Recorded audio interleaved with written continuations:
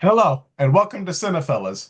That's right, Cinephellas, the only place where if Diddy were in a horror movie, it would be the last ass on the left. I'm only saying that because I actually just rewatched that movie. Good movie. But anyways, and stuff with Diddy's coming out. But we're not Yeah. here to talk about Diddy. We're here to actually talk about Gladiator II. Strength and honor. This our own creature's heroes! Stands on the mausoleum floor. Bloodstains the Colosseum doors. The gods have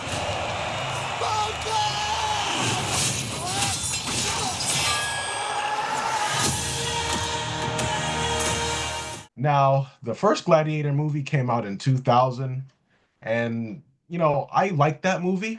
I won a lot of awards, but I'm not crazy about that movie. I just thought it was a pretty good movie. And honestly, spoiler here, but it's not really a spoiler. It's been like 25 years. Yeah, right. But he Russell Crowe's character died in that movie. Yeah. And now we're picking up 25 years later with his son. But, Kevin, do you want to give a little backstory with Gladiator, the first Yeah. one? So, you said that it won a bunch of awards for you guys out there.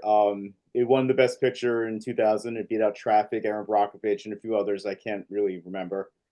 It's the story, it was the story of Maximus, and he takes down the Empire from the evil Joaquin Phoenix, who I think was awesome in that movie. And where I think it's like 16 years later, within the film's time frame, we move forward, Mhm. and we have Lucius, who was royalty in the first one.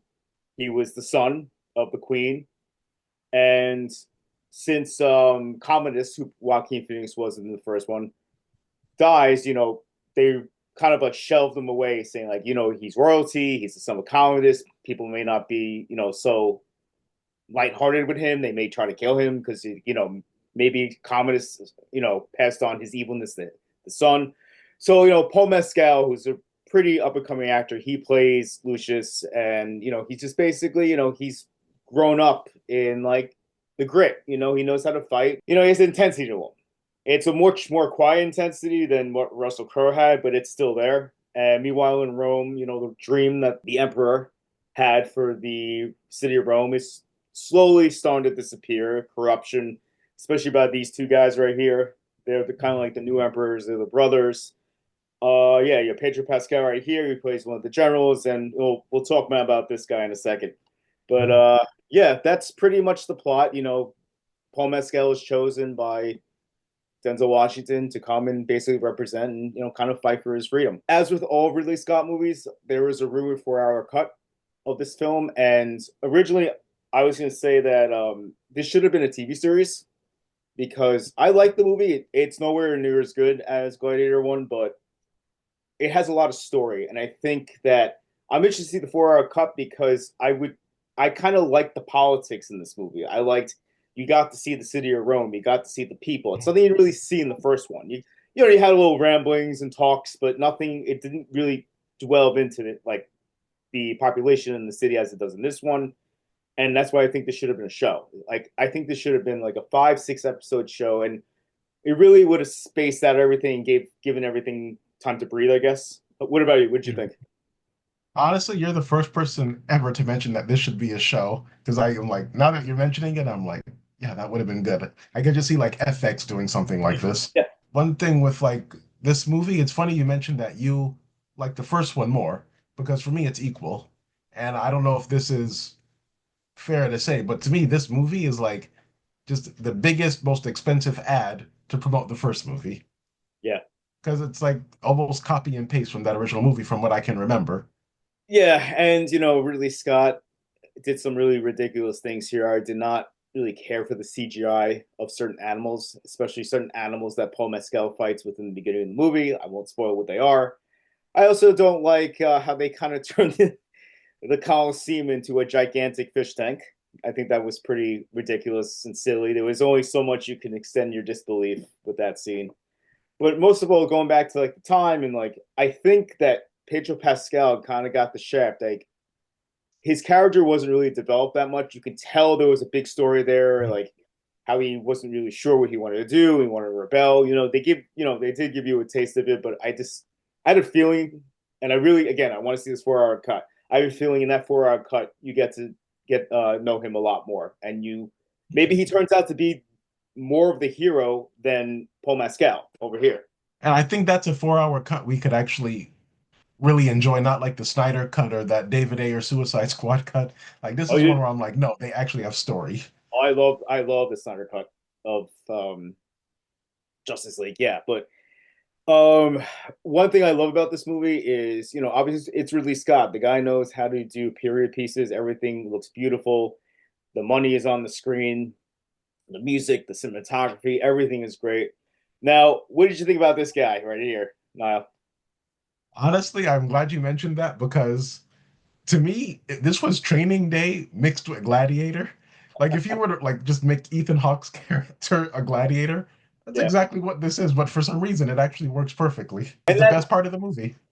that was kind of part of the ridiculousness because you got it's Frank Lucas in Rome. Mhm. It's Denzel Washington. Mhm. He's great. He will probably get a nomination for this because he's entering Mhm. his part of his career as an older actor that he's reliable. He shows up on screen, and you're like, okay, the movie may suck, which this one didn't, but the movie may suck in some cases. But you're gonna get something out of him that will make the time go by, and he does it again here. He's charismatic as hell, and I like. He has the power of words here. He's a con artist. He's Mhm. kind of like a less extreme version, maybe of Littlefinger from Game of Thrones. He's a man of Mhm. words. Manipulate everyone and twist everyone. Um, Joseph, I always forget this guy's name.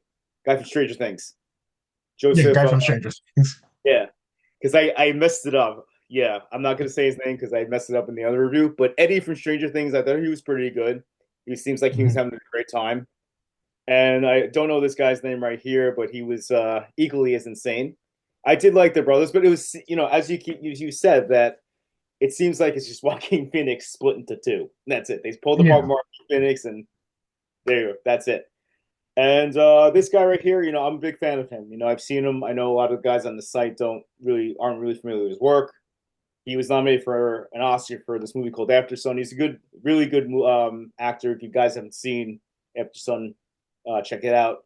I don't think it's incredible, but he's very good in it. yeah, I would say so. And I'm not too familiar with him either, but like from this movie, I'm just going by like his performance. And it was way quieter than Russell Crowe's performance, like you were saying. He's not like yelling, "Are you entertained?" and things like that. But it was very like mellow. And they actually called him a poet in the movie, which I thought was interesting too.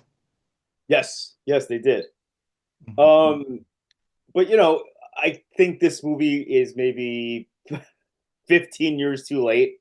It's nice that we got it, but again, it's just they didn't really expand on the story that much. As you said, it's kind of a copy and paste version of the original with a little things, fine tuned to make it feel a little different. But overall, I enjoyed it. I liked it. I liked the grand spectacle of things. Ridley Scott does this great, and it sucks because he's getting old, and not a lot of directors can do something like this convincingly like he can. Honestly, it makes me a little sad when you say that because like movies with this budget, I feel like are not going to get made in the future, especially with like the way things are going with streaming and like things like that. So I feel like this movie, I would say maybe 5 years from now, it's going to be like, man, those were the good old days because the movie is just gorgeous to look at when you see it, Yeah. and it's one of those movies where I actually think you should see it on the big screen. Yes. I'm glad. Yeah, I saw this in the big screen, and it was worth every penny.